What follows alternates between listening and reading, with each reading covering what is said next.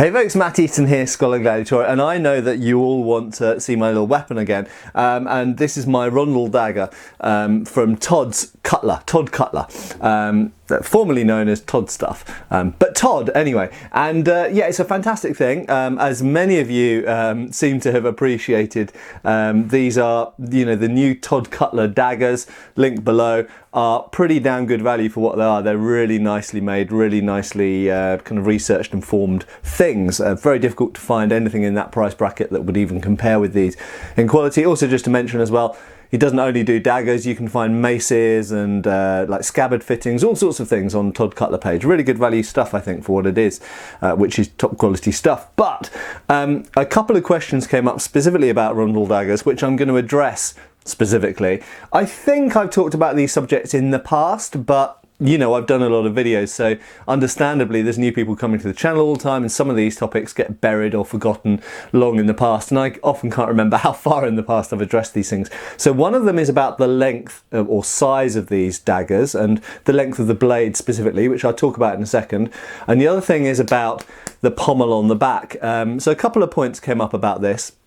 One thing is that some people from a modern knife perspective, utilitarian knives, Bowie knives, these kind of things, kind of point out that this disc pommel to them seems quite unversatile, if that's a word, and that it's quite limiting into how you would use the dagger. And to some extent, yes, that's true, but hello, you know, sometimes hugely popular things have design features which are not necessarily what you, as a modern person who doesn't have to kill people with Rondel daggers, you might not think that that is right, but clearly these people thought that it was right, and presumably through generations of use decided that was the right way that this should be designed.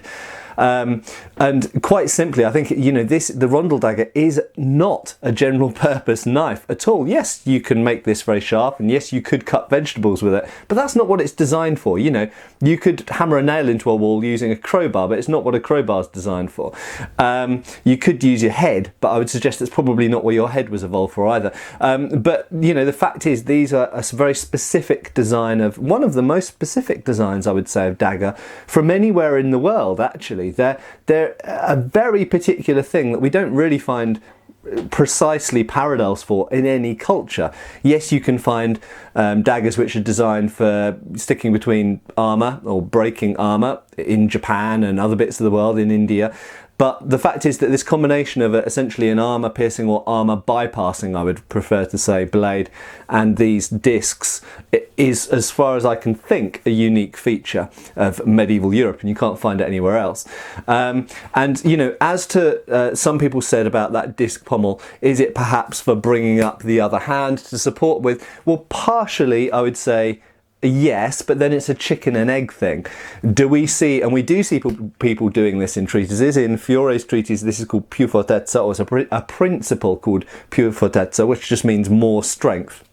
So if I stab at someone, bam, and they block my arm or grab my arm or stick something else, stick in the way of the arm or whatever, essentially it's the principle that at this point I've stabbed them with one arm, so I bring up the other arm behind and add more body weight and muscle behind it and push through anyway. So if they're blocking with one arm against my one arm, I just bring up two arms, and now it's two arm versus one arm, essentially.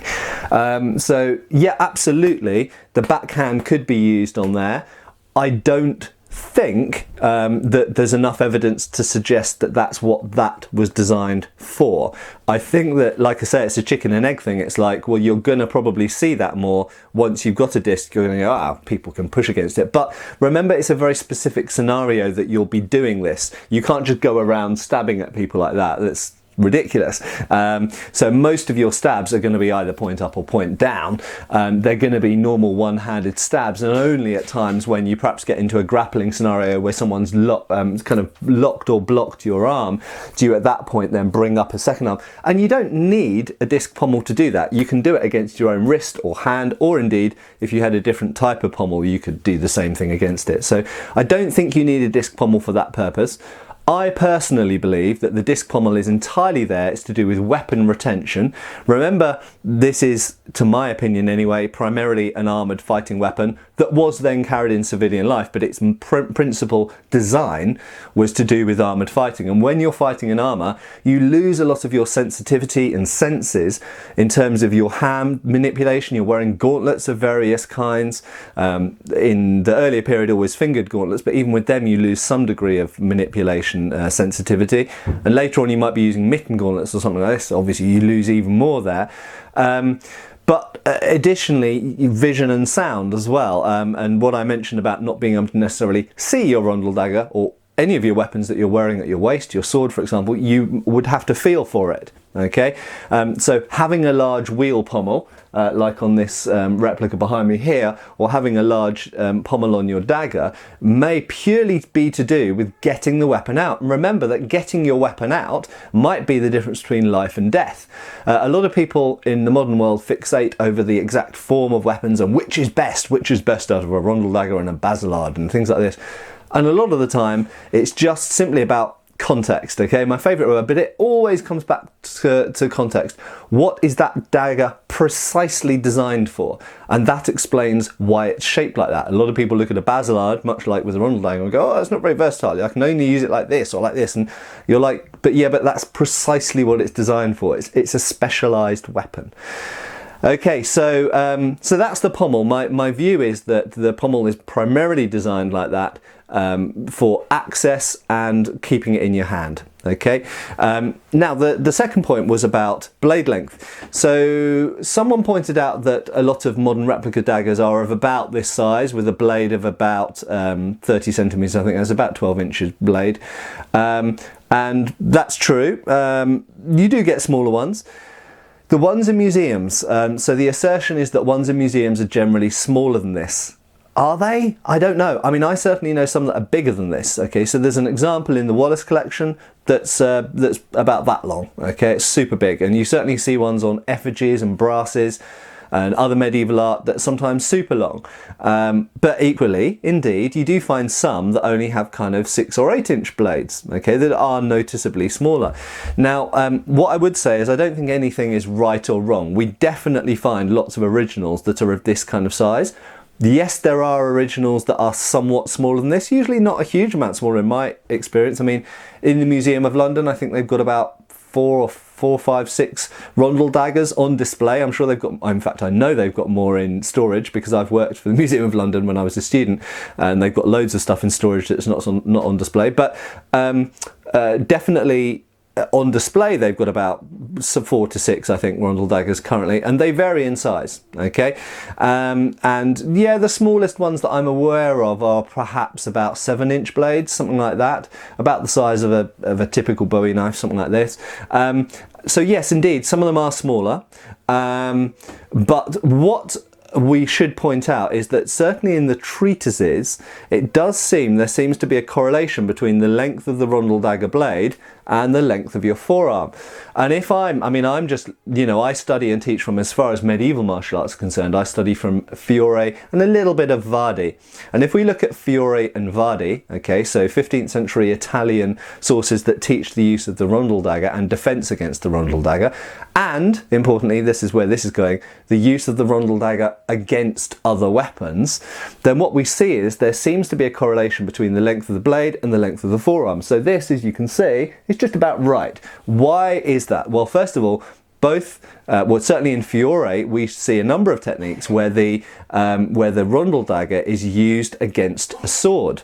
Now, if we look at Fiore de Liberi's treatise, he uses the rondel dagger to defend himself from different types of sword attack in a number of ways, which I won't go into. Maybe I will actually go through those in a future video with a helpful assistant like Pedro or Martin or Jack, one of these guys. I need to introduce you to them, incidentally. They're very useful. But the fact is that the blade being as long as the forearm is quite important in those defences, because if it was shorter than the forearm, essentially you'd be gravely endangering the forearm in doing those techniques. So there does seem to be some relationship in the techniques that are shown with the rondel dagger, particularly in that context, but in other contexts as well.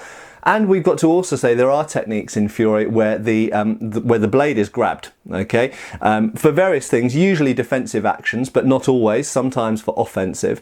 And so you need a fair amount of length just to do that, because once you grab the blade, you still want a point projecting, but you still want a parrying bit between your hand and the hilt there. So what I would say as an answer to the people that say that these are too long, or the modern one, that this is too long compared to historical examples, I'd say no, that's not correct. There are historical examples that are bigger than this, and yes, indeed, there are historical examples that are smaller than this, but there are lots that are about the size of this, and moreover, if you're doing HEMA, if you're studying medieval sources, very often there seems to be a correlation between the length of the dagger blade and the length of your forearm. And in fact, you want that much blade in order to do many of the techniques that are shown in those treatises. And if you have a much shorter blade, some of those techniques you just can't do. Anyway, I hope that's been somewhat interesting. Rondel daggers, I'm happy to talk more about them. They are fantastic things. And once again, Todd's are pretty much one of the nicest out there, very nice things.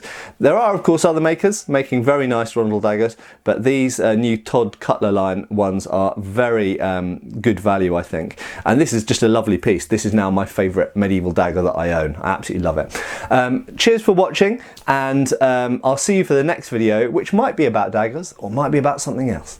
Cheers folks! Thanks for watching. Please subscribe. We have extra videos on Patreon, and you can follow us on Facebook.